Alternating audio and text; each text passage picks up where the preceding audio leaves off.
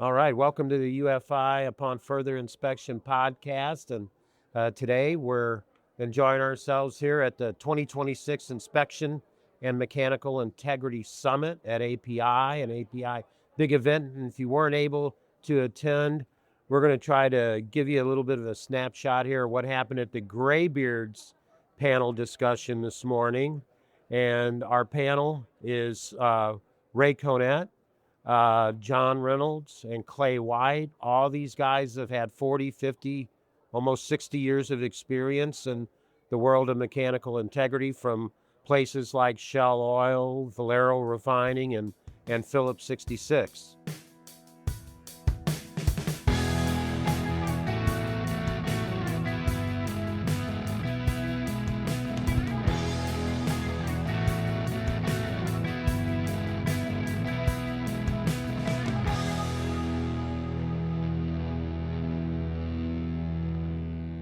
So we had a really nice session this morning, and we're going to continue on and cover some more of those questions.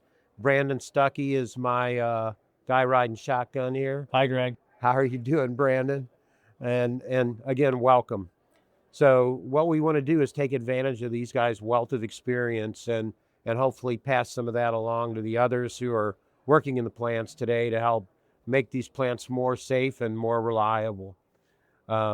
I'll just start out with a question for these three guys, and that is, have you ever seen senior management in corporations, say they get up to executive VP over refining or production, or maybe even CEO, who actually came from the mechanical integrity ranks?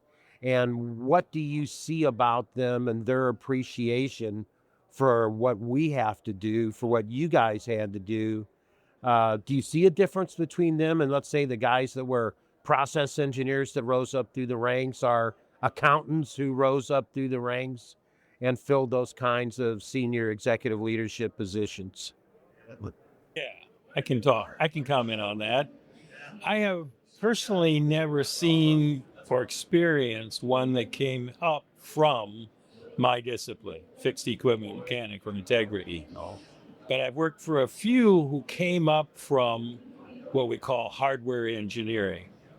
And I was blessed in the final years of my work with Shell to have a mechanical engineer as a vice president of refining.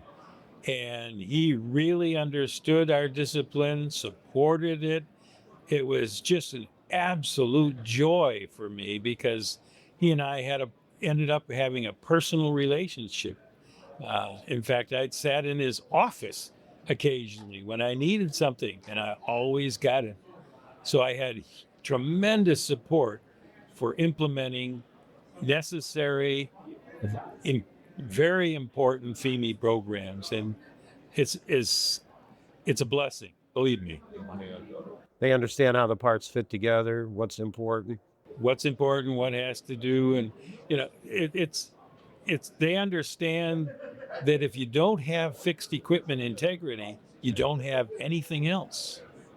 You don't have reliability. You all the other things are just decorations if you don't have reliability. There was a really great example in Wyoming. There was a company that was constantly being shut down and fined by OSHA, and that impacted their bottom line and everything about their business until they finally got a hold of things and made improvements that were necessary for fixed equipment and mechanical integrity. Ray? Yeah, so I don't know anyone specifically either that's come up through, I'll say, fixed equipment, right? But again, in terms of having senior management who've come through the engineering ranks, right, that you definitely see a difference as opposed to those. I have experience with it, I'll say, accounting and others where they don't have appreciation as much for the technical side, where I think the engineers have always been able to relate to the technical disciplines and calculations and data and understand the need for that. It's both good and bad, actually, because they're thinking, is it really that important? Where they're using their judgment in terms of their engineering background to challenge. But yeah, like Ray, I can't remember one that actually came up through mechanical integrity. I've had some mechanical engineers, project side. You get some of those guys that have gotten up into the upper level management, and it's certainly easier to make a case with them. But like we talked about this morning in the meeting, you have to learn to sell the need for doing the mechanical integrity type programs. And if you're not able to speak in that language, if you can't articulate why it's important, what the risk is, what the dollars are for the risk versus the offset from what it's going to cost you to do it, you're not going to be very successful. So, it's very difficult, I think, when you've got upper management, either if that's local at a site or a corporate, that haven't had that experience where they've seen how much it can really cost you from a major MI failure. They don't really have that in their background, so they tend to put things off or push things off if they think they can, or if they think they can live with that risk. And that's obviously a problem, because depends on how good their programs are in their sites, they may or may not be able to live through that type of an event if it occurs. I mean, we're talking billions of dollars, billions, when you have a major event, that's impact on their stock, on their operation. It can bankrupt most small. Their public image. The public image, all of it. Yeah, it rolled up. I mean, we're talking about major events like the Chevron Richmond, or Tesoro, or any of those major ones we talked about this morning. Those are billions of dollars of impact to the corporation. Most corporations can't even sustain that unless we're talking about a major.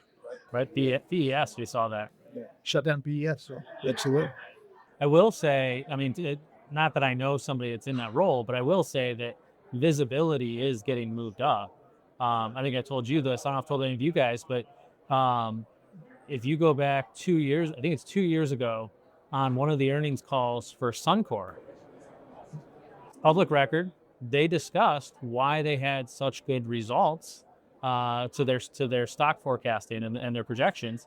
And on the earnings call, they said, well, there's this new technology called RBI that we've been using, and that's really been helping us focus our turnaround efforts and helped us focus on the spend that we have. Right. So like at that level, this new technology, it's been around for 20 years, but it is, I guess we could say it's fairly new in some instances. And in some circles, it's brand new for people to learn and understand. So I think it's not even just the people coming in, but even the concepts and the ideas finally getting their way up the ladder and people understanding even just how to speak about it in public. One of the issues I think you face in the plants trying to sell and promote these programs, if you think about it, it's always easier to be the budget hero than the reliability hero, right? So you think about what's the tenure of an average plant manager or a turnaround manager or a maintenance manager at any given plant. They're looking for the next CEO. So those guys move around a lot. They have a 2 to 4 year kind of lifespan from my experience in the plants. And it's always easier to think that, okay, all I've got to do is hold my budget and not have a major failure on my watch.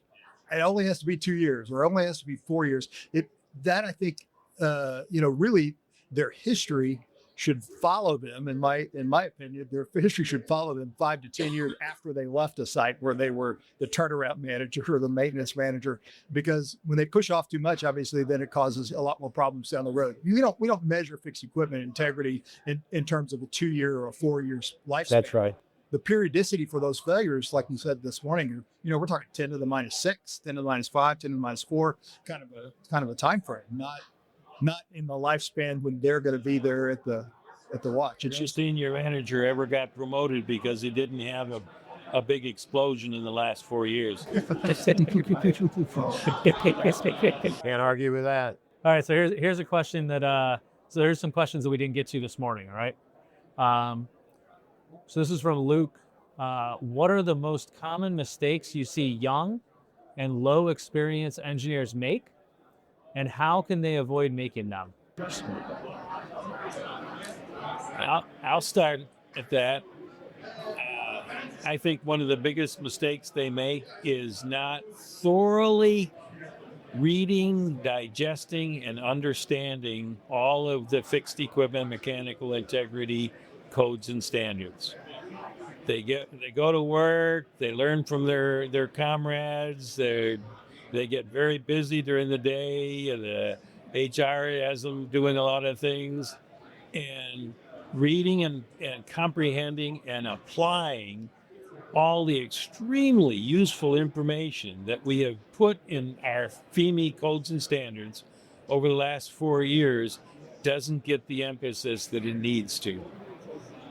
I spent the last 20 years doing a substantial number of audits across the whole industry, and I was always amazed at how little information, how little people I would ask specific questions that I would expect them to know if they knew a code or a standard, had no idea what I was talking about. Sometimes they didn't know that a code or standard existed.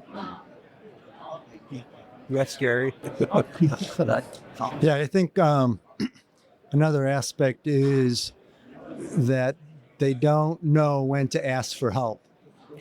So they should be seeking out. Good They should point. be seeking out those with some expertise in a particular area where they tend to think that they need to handle it all themselves, and they're not doing their job if they're not doing that themselves. And they really do need to seek and get some other input to be able to look at the whole problem a little more 360 than being so narrowly focused. That's a really good point, and I would expand it to say, not only do young people, not know when to ask for help, but organizations in smaller companies, smaller sites, don't know when to ask for expertise from consultants. There are half a dozen good companies out there that have a number of experts in corrosion, mechanical integrity, and all the disciplines that help FEME that could help solve problems. And sometimes the companies don't make access. They don't know what they know. They don't know what they don't know. Right. They're more prone to that. Yes. They may not know that the technology exists to solve their problem. Yeah. I had when I was coaching, one of the assistant coaches that I coached with, he said, listen, if you really want to become a baseball coach, if you want to be a head coach, you need to get out of this organization and you need to go work for 5 or 6 other guys to understand and see other ways that organizations can work so that you can pick and choose the things that work really well. And then when you become a head coach, now you can take those learnings and implement them in your program. So there's a lot of those remote places where we have that continual thing. You could say the same exact thing about becoming an auditor at other plants outside of the ones that you know are familiar with from where you came from. So what do you mean? When I became API process safety site assessment auditor for FEME, I thought I knew a lot coming out of Shell because we were pretty good in Shell at fixed equipment mechanical integrity. But I couldn't believe how much I learned from auditing other sites that were trying to do the same thing using different techniques, different standards, different methods. It was a joy to learn from these sites, let alone help them understand how to implement our codes and standards better. Yeah, 100%. So I'm glad you raised that. Okay, I like this one. I think I said about all of them. I like this one, but this one I think is great. Without necessarily calling out anyone specific, what is the most insane repair that you have come across in your career? Ooh, I got a good one on this one. So this was an alky plant, and it was the acid relief header. HF, Elkie? HF alky plant acid relief header. And one of the inspectors was working for me. I was at corporate, so one of the inspectors sent me a picture, said, "Hey, I just wanted to show you this." And I'll describe the picture. Up in the rack, in between stanchions, they found an HF acid leak on the relief header, the acid relief header. And they had constructed a plywood box around the location where the leak was. They were using 4x8 sheets of plywood. 4x8 sheets of plywood, made a box out of multiple 4x8 sheets of plywood. They filled it with Belzona to stop the leak. It ate through the Belzona. I don't know how much money, Belzona ain't cheap. I don't know how much money they put in Belzona to put this fill up this is 24-inch line, 24-inch line. They filled it up with Belzona and it ate through the Belzona. In 2 weeks, they had to shut the plant down. That was the craziest, dumbest. The Belzona was going to do. Yeah, Belzona, they were going to fix it with Belzona. Yeah, that was the craziest one. Obviously, they didn't bother to check with anybody else about how to do that, or if that was a good idea. That wasn't part of the internal standard. Wasn't part of the internal procedure. No. I don't have a specific Branden, that I can remember, but I remember when I started in Shell in the late 60s, 100 years ago, we had at some of our sites, too many of our sites, we had maintenance managers who had what we called at that time the cowboy mentality. You probably all know what that is. Slam, bang, get it, fix it, get it back up. We need to start production first thing in the morning.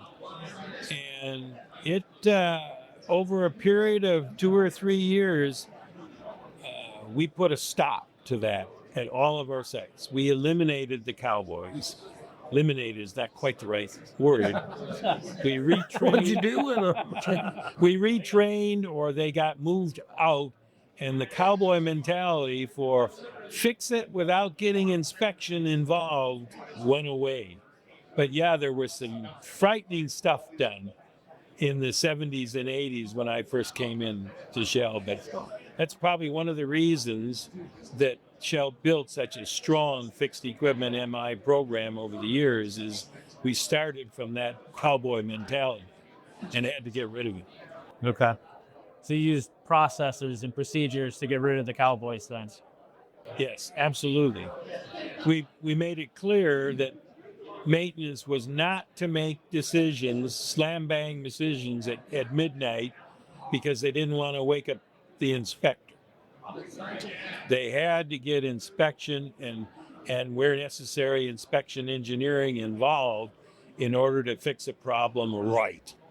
Yeah, I guess we've learned a lot along the journey too about eliminating stress risers and sharp corners on things. And I know over the years I saw some crazy scab patches and then patches on top of patches, and then some crazy stuff associated with flanges and weld neck flanges and reinforcing pads and different things. It's hopefully things are a lot more well thought out and managed by good processes these days.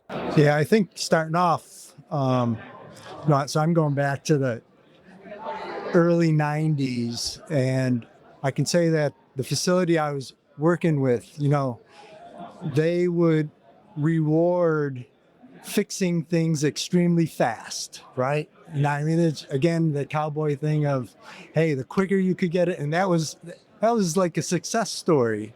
Yes. But I can honestly say that focus finally is like, we got to stop. It's great we can do that, but we need to be fixing the real issues and not just trying to quote fix and keep the process running, right?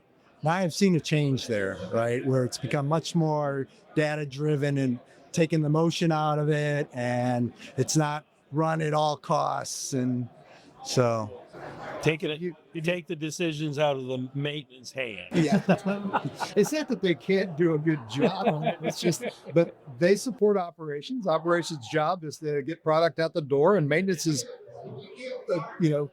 they're somewhat guilty of trying to get it up and back and running the fastest way they can. It's not always the right way to do it, but that's changed. that Most I would say in most places it's changed. It depends on where you are in the country when or what's up. yeah, and what company you're with, and whether or not you have strong corporate mentality toward theming. I'll give you an example of how that can kill you. So it wasn't a dumb idea; it was a repair, but because of timing, it necessitated it. So this was a debutanizer tower in the alky plant. We had actually run a acid dew point down into the column near the transition section, and we had corroded out a large portion of the column, and they did not really discover that until late In the turnaround. No, before the turnaround, and right before it was actually about a year before the turnaround, they found it and realized that they weren't going to make it to the turnaround. It had gotten thin enough that they had to do it. So we had basically an unplanned outage for the alky unit. We brought in, I think it was WSI or wrenches, and we did automated welding, but because of the time frame, we couldn't do any alloy overlay. We just put back carbon steel in it to get it back up as quick as possible. And then during the turnaround, because we hadn't improved it and we kind of just got it up and running, we took a huge outage, spent a lot of money to weld repair it. And then at the end of the day, we replaced the top half of that column at the turnaround a year later at an exorbitant expense. If we had planned it and knew it was coming, done a better job of it, we could have alloy overlaid it, during that outage, and then it'd still be running. We would have saved millions and millions of dollars just from that event alone. So, it's not always the decision to maybe not do it right or not do it properly. Doesn't always cost you, but it's always cheaper in the long run if you do it right. Yeah. To me, that's a lesson I kind of took from that. So I got an example for you that was kind of crazy. And Clay, you'd been in this plant many times, but it was more of a fabrication related thing where inspection had gone in, and it wasn't the first time they'd gone into this tower before, but it was a tower in a refinery, had C3, C4, C5s in it, stuff you don't want to get out, right? And anyway, when they were inspecting it, they noticed that it was a double V groove weld, the top head to shell, and they had not back welded it on the inside. Yeah, I know where you're And they asked us to do a fitness for service During on it. new construction, they've never welded the ID. and they they never never caught it and Well, they saw installed it. They never, it's this, John, this thing was built 20 years ago, 30 years ago, 40 years ago. It's been in there forever and nobody ever mentioned it. And then on the inspection reports. I'm serious. And the inspector is still in the industry? I don't think so. Never mind. I had kind of another one in the same vein. It wasn't a plant manager. He was the maintenance manager. We had a leak in an amine contactor, and it was already leaking. And so we met with the RLT and talked about, what are we going to need to do for this? And he, the maintenance manager asked me, well, why can't you just run some fitness for service for it and let's run until the turnaround? With a leak? It's already leaking. It's already leaking. What's this? Break after leak. Shared stewardship of assets. Yeah. Okay. All right, let's give maintenance a break here for a second. Do we in our perception have the number of and the extent of failures increased or decreased over the past 20 to 30 years? There's a second part to this. If they've not decreased to a reasonably acceptable level, then why does it always seem like now revisions to the code have become less stringent? Well, the answer to that is, having been in the industry now for 56 years plus, is that big events, big FEMA events have gone way down. For those who weren't around in the 70s, 80s, and 90s, we had plenty, way too many big events, big explosions, big fires, loss of life, huge losses as a result of damage from those incidents. And one by one, the purpose of the API Subcommittee on Inspection and Mechanical Integrity is to bring people in and talk about what caused those incidents and what do we need to do differently. And every single one of those incidents resulted in changes or reinforcements in our codes and standards to improve them. And I have to believe that because of that, we have had many fewer big incidents since the turn of the century. So I can't hardly remember the second part because it doesn't apply. Yeah. Since big incidents have gone, they haven't been eliminated. They occasionally happen, but now they're every 5 years, maybe even 10, as opposed to 2 a year we used to have in the 80s and 90s. So, John, you like me, used to track all your failures and stuff, and you showed a very substantial decrease in any kind of major or even minor failures at Shell or your tenure. We were able to do the same thing at Phillips. I tracked it for about a dozen years, and we saw a very good decline. And in my tenure, we had not because of me, but we had no major events in 12 years at Phillips while I was there. And I'm glad you reminded me that graph. This is when we had that senior manager who was vice president of refining. He really took mechanical integrity and process safety management very seriously, and he put together a program to make significant improvements because at one point Shell was having 20 to 22 reportable OSHA events per year in about 7 or 8 refineries at the time. And to him, thank goodness, that was highly acceptable. So he put a program together that included fixed equipment mechanical integrity, but also a lot of process safety for the other 14 elements of the OSHA PSM standard. And we dropped that from that level that I just spoke about, 20 to 22 incidents per year, down a steep decline. That's the graph you're thinking about. And after 5 years, we went 12 months in Shell Oil with no reportable OSHA incidents resulting from process safety management or FEMA problems. That was phenomenal. It can be done if the senior management really focuses on it. He told his plant managers that at the end of the year, your bonus is going to be highly dependent on how well you've implemented these programs and what the result would be. And they took it very seriously, and top down, vice president, plant managers, senior managements at process managers, maintenance managers, everybody else knew what the marching orders were. And the other thing he did was he didn't supply him any money to do that. He said, you take your existing budget and you do with it what you think's important, but if you don't bring down these incidents that we're talking about to a very low level, your reward at the end of the year is going to suffer. It was very effective leadership.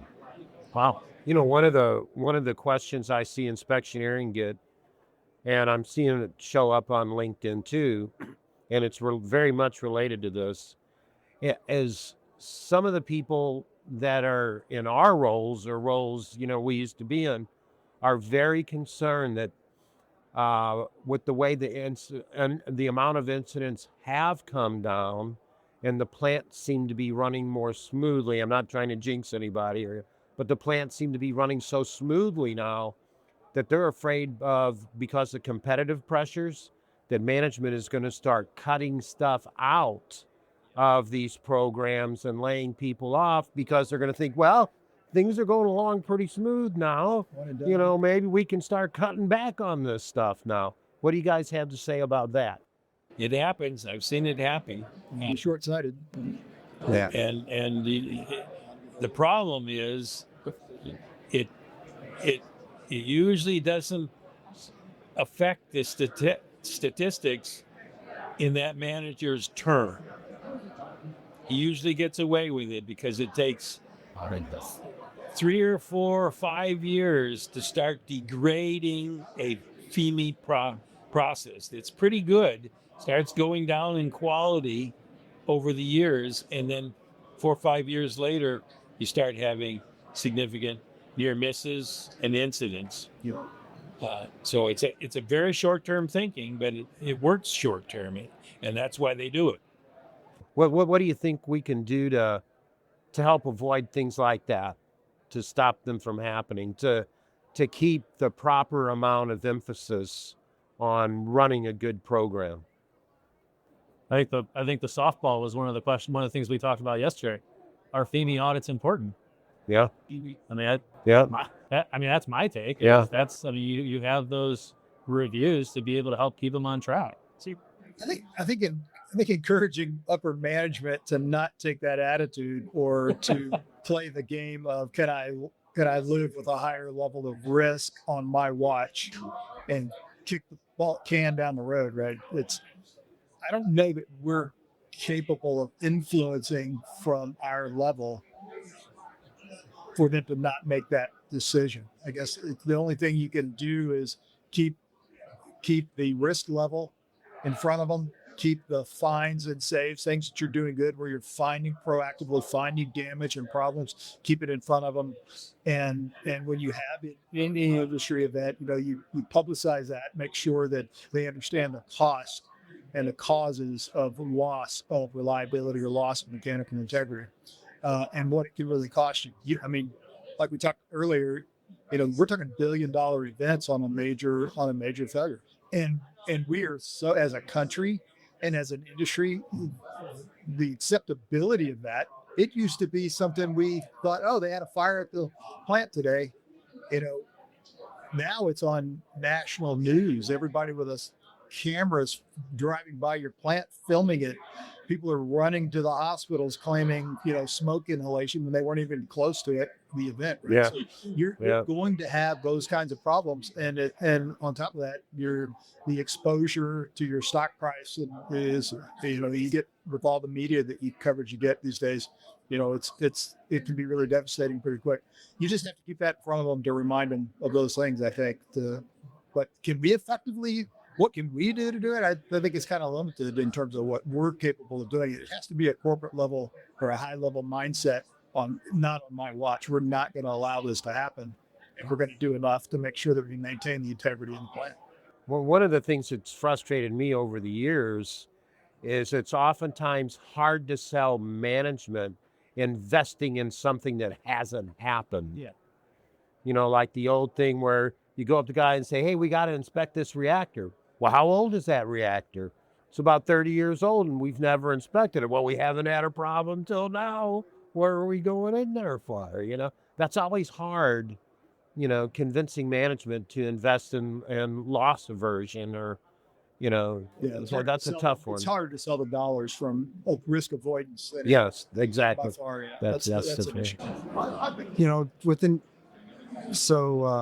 Have a situation where, Solomon numbers for reliability, but Valero's system had gone from 4th quartile to 1st quartile, right? And so it definitely is, you need to address we're good now.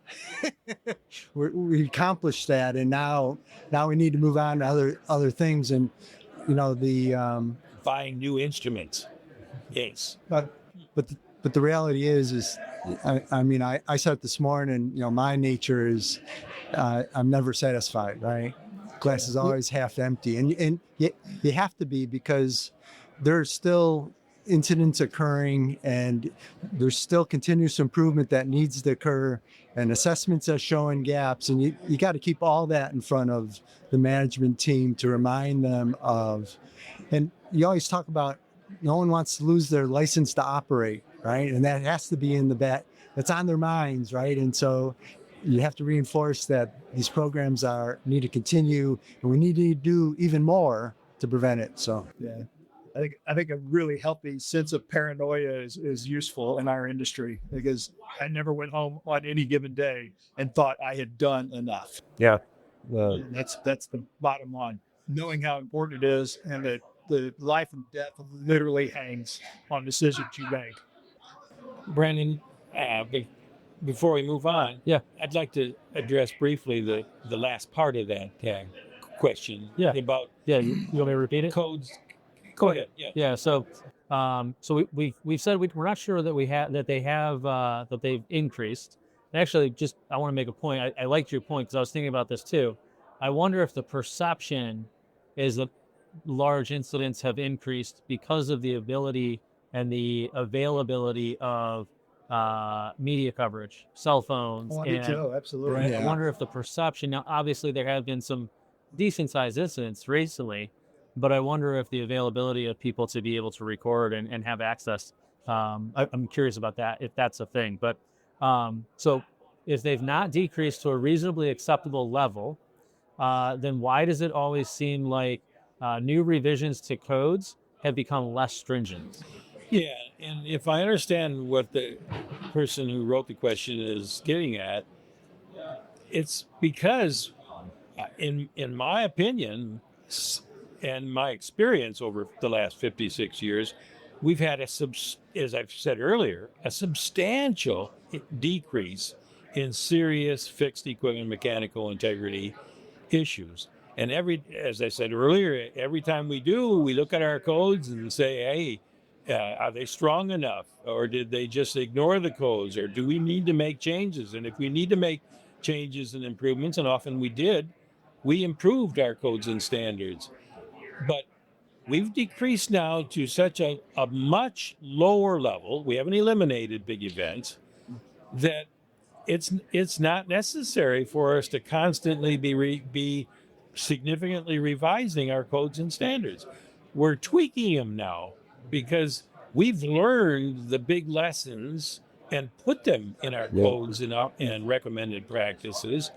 And until something strange happens or something big, new learning occurs, our codes and standards are pretty much where they need to be. Yep. Doesn't mean they can't be improved for efficiency and effectiveness, and the API is continuing to do that. But the driving force for big changes, what this person asked about stringes, isn't there anymore. We're not in the process of eliminating shalls or eliminating requirements or softening our codes and standards at the moment. We're improving them for effectiveness and efficiency, but not making them less stringent. I haven't seen us go backwards where we remove shells. We're way more likely to add a shall from a should, or upgrade it from a should. Case in point, the fifth edition of the ALCU standard, we added 600 new shoulds and shalls in that standard alone because we had addressed it, and there was a lot of pushback for doing it. John and I sat on the committee for years on those to try to influence the group, which is not actually owned by mechanical integrity. That particular standard is owned by operations outside of the API organization. So we pushed for years to get some improvement in there, and they weren't willing to do it. Now there's some reasons for that, but ultimately when it took a couple of major events in ALCU, which have been more recent, in order to drive that. The other side of that, or the other problem with that, is that now we're talking about, there's a lot more people subscribing, I think, to the codes and standards in terms of how to develop their mechanical integrity program. When you get a bunch of people in the room from all different sides, chemical plants that don't have as much of a problem because they're over alloyed, even some upstream and small chemical shops or specialty chemicals, with the refining, and if they're looking at, I have to now go implement this because it's a shall in API, it then becomes RAGAGAP, right? There's some pushback to having some of those shalls in those documents because it forces them to do it and spend money. And it may not be necessarily something they need to do at their site, either whether that's a function of their design or they just don't think it's a potential issue for them. But there are cases where I've seen pushback because they didn't feel like it was necessary to put a shell. Like the one that I'd always advocated for example, is if you're doing RBI, I think having an IOW program is a shall. Because if you think about what we're doing with RBI, you're pushing out the envelope. You're saying, okay, I'm sharpening my pencil. I'm going to do a risk analysis. I'm going to define all my damage mechanisms, kind of align my inspection program to it. But if you think about it, all of inspection historically has been based on a rear view mirror. We wait till the turnaround, check the corrosion rate. That's the corrosion rate from the last period it operated, right? Now we're trying to push out further, but the only way you can do that safely is if you have a good handle on how it's being operated. So to me, a logical shall is you should have the IOW program in place if you're using RBI to push out those kind of intervals with that. Not everybody agrees with that because we haven't got it in as a shell yet. Well, the only constant is change, right? The only constant is change, and it will change. Yeah. The conditions will change. Yes. All right. So this one is from Aaron. What are your thoughts on CML optimization efforts? Often these are driven by cost reduction and now increasingly AI focused. Increasingly now AI. Using AI. So AI to focus. Using AI to do it, to do the statistical analysis, CML optimization. justify CML. Works. I've done this a lot, but so I have lots of maybe controversial thinking on it. Greg and I actually, back in the day, we did one of the first programs that I know of. Really? Was done for billings. Yeah. Okay. E2G. And you were, Greg, rightly so, was selling it as not CML reduction or optimization. It was right sizing. I think exactly. It's right sizing. Right sizing. We may add them. We may move them. We may so you could turn these off. And I think the reality is that's what you really need to be doing. That's the way I still tend to think about it. But starting with a very strong CCD done by knowledgeable, experienced corrosion engineers, along with knowledgeable, experienced process engineers, showing us where corrosion damage and what type of corrosion damage might occur. And then, as you guys are just saying, then optimize your CML. And process. Operators telling us what goes bump in the night. What, that chief panel operator that knows, hey, we didn't operate it like it was designed to be operated for these 3 months. And we do that. We've been doing that for the last 25 years. For lack of IOWs. Yeah. Obviously. Yes. The biggest concern, I think, is that if you're kind of over reliant on the API method, you tend to ignore, do they have the right strategy in the first place? If you think about it, if your CMLs obviously aren't in the right place, if you don't have a good strategy relative to the damage mechanism, relative to your CCD, DMR work, then you're only getting part of the story. It may not be the whole story for where you really have the corrosion or the problem. So to me, you can't do CML right sizing or optimization without the CCD or the understanding of the damage mechanism. And you have to go down to the ISO level.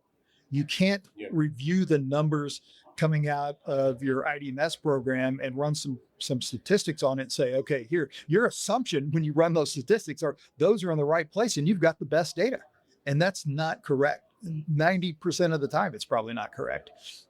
Especially if you're talking about any kind of circuits that can have some localized corrosion.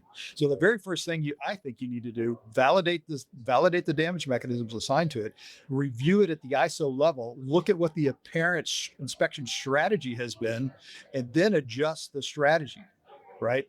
You can also then do the statistics. And I've been running statistics for almost daily for the last couple of years on circuits. And so, believe me, I've looked at a lot of data, and a lot of it, we don't need to be doing as much as we're doing, but you have to be super careful when you're trying to optimize. You got to realize that you may only be looking at half of the story, and you can't do it with an algorithm or an AI. Yeah, That's right. Yeah. That's right. And that goes back to what John mentioned earlier this morning of his three-legged stool, right? It's a very holistic approach there of you need to have a CCD, you need to have IOWs, you need to understand CML placement, right? Understanding CML placement, that's where that part comes in, right? You have to have those first two to really be able, because otherwise, we talked yesterday, right? You walk out there and if I hold my paper up here and I draw my ISO, what fits on that? And let me drop my CMLs down wherever I can get to. Yep. And it doesn't work. That's not. That's it's a sealed. ladder right here. It's all Yeah. Yeah. We're not going to put it on that riser. We're gonna put it on the elbow. We're gonna put it right here where I can get to it. Right. Yeah. So okay, I'm gonna change this one a little bit so it pertains better. So over your careers, you guys have written a lot of and been a part of a lot of the FEME element programs. Is there one where you put it in? Always, you've been putting them in because they're important. You feel they're important. But have there been any that have kind of become, you think, as time's gone on, you were like, oh man, that's way more important than I originally kind of thought it was going to turn out to be? If we were going to say they're all really important, has there been one that's kind of surprised you where now you utilize it or you go back to it more than you thought you might have originally? Are you talking about API standards? Program, not Your standards. initiatives. Programs. So the question is, Programs. FEME programs, whose importance you did not fully Initiatives appreciate program. early on, but now you realize they're much more critical. I definitely underappreciated auditing. I didn't do much and didn't think about it much early on, but the more I've gone on and done a lot of auditing, I think that's super beneficial if you got the right people in the audit that have a good mix of experience. And like John said, has been to multiple sites, so they have a good kind of breadth of experience and how other people's approach the problem. So that's probably one I think I've thought of more and more as being more and more important as my career went on. Were there Yeah, any special? Oh, go ahead. Rick. No, I was gonna say, in my case, coming into the industry, and coming out of school, you're thinking everybody sort of has their own expertise, and they know their job and they're doing it well, and everyone knows what needs to be done. But I come to appreciate the value of having procedures where it helps define what's the expectation for the work, helps define what needs to be recorded, how it needs to be analyzed, that just doesn't happen naturally because every individual has their own idea and they can manage their own business. But if you really want to drive improvement, you need some consistent expectations and a way to analyze data that's been consistently obtained and consistently inputted. And so procedures has really become important that I just didn't appreciate before. I can add on to that one. In the auditing, in the Shell system, we had one refinery that had almost 100 mechanical integrity procedures for fixed equipment, and they were top rated. They were performing very well. We had another site who had back in the 80s, major explosion. I talked about it earlier. And in the interview with the FEME manager, I said, how come you only have 12 procedures for a complex refinery for fixed equipment MI? And his answer just blew me away. He said, well, the more procedures I have, the more auditors come in, find I'm not following them very well, and they kick my butt. So I just don't think it's worth giving them that kind of fodder. I was speechless, to say the least, and he didn't last very long in his job. That was going to be my next question. Unfortunately, I've recently spoken with people who have been Shortly tasked. after you returned back to West Hollow, miraculously, there was a change. Yeah, I've unfortunately recently spoken with people who they've told me that they've been asked to stop writing internal procedures because if it's written down, they have to do it. Yeah, it's the same mentality. That was the advice I got from a lawyer. So right after I'm totally He serious. just wanted more business. No, that was an internal lawyer. Oh. So while at Exxon, and I'm sure this guy's long gone, but while at Exxon, we were talking through how are we going to come to grips with and put something together to be in compliance with OSHA 1910.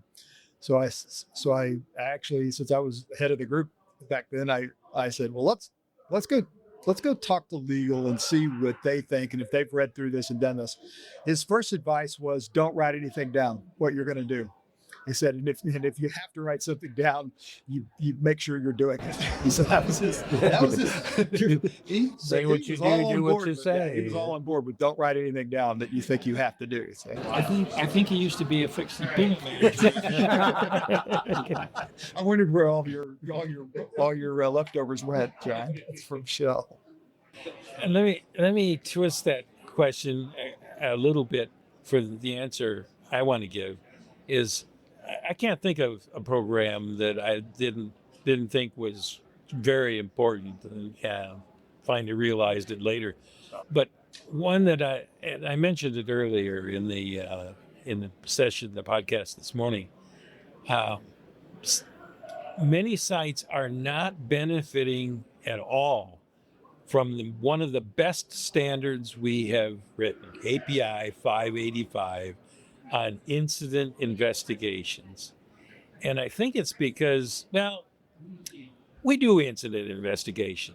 If they have a big explosion, PSM comes in, figures out why it blew up, and we make corrections and find out what the causes were, etc. They're missing the whole point of 585. 585 has three levels of investigations. One, if you get something strange in your inspection reports, something's changed, figure out what's changed and what procedures need to be implemented or improved or changed so that doesn't happen next time. Very little of that happens. And then the next level is near misses. And everybody knows what a near miss is. It's something that could have exploded, could have caused injuries or worse, but didn't. They found it in time, okay? And again, we don't do a good job of investigating with the process that's spelled out in 585 of investigating that, making corrections, making everybody aware that this is what happened, this is why this near miss occurred, and we need to do this and spread that everywhere else so that we don't get another near miss. But we do really well on investigating explosions.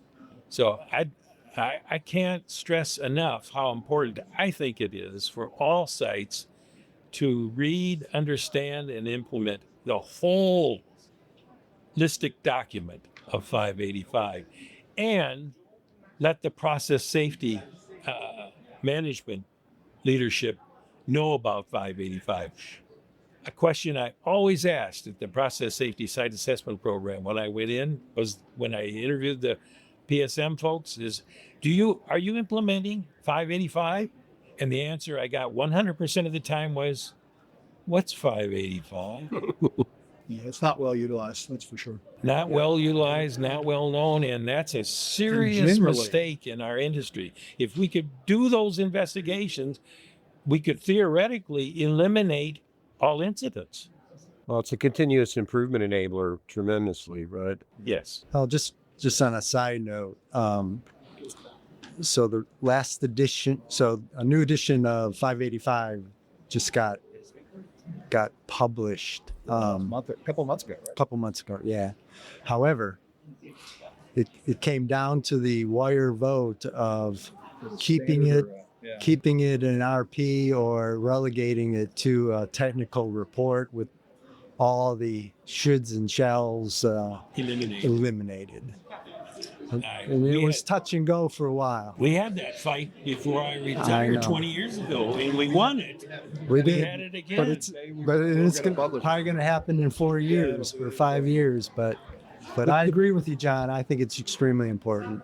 It is. If you're doing the things that we all have advocated, doing metrics and keeping track of your financial audits, again, it goes back to, if you don't learn from history, you're going to repeat it. That's right. And this is history you paid for. Why not capture it and understand it? My thinking on it was any drop of oil or molecule of gas that got out of my system, there was a reason for it that I needed to understand and be able to categorize in terms of not whose fault it was, but categorize it in terms of what system failed, what part of my program failed. And not just if it that drop of oil got out of my system, but could have gotten out of my system. Absolutely. Today, the RCA programs that are typically run by your HSE department in any plant, they don't focus down at this level. No. They are not even, No. a lot of times, those are often run at, who all's involved and how big that team is and who has to approve it and sign off on it. That's all graded out by the risk of that failure, the dollar amount of that failure. And they seldom get down into the kind of the tip of the iceberg type problems where you're talking about systemic issues that are maybe more cultural or programmatic or, things that you kind of have ignored, so they don't get down into that level. And those are the ones I think you really need to be looking carefully at to learn. All right, guys. Well, this has been great. Are you wanting to ask another question? No. I think our producer Nick's telling us it's about time.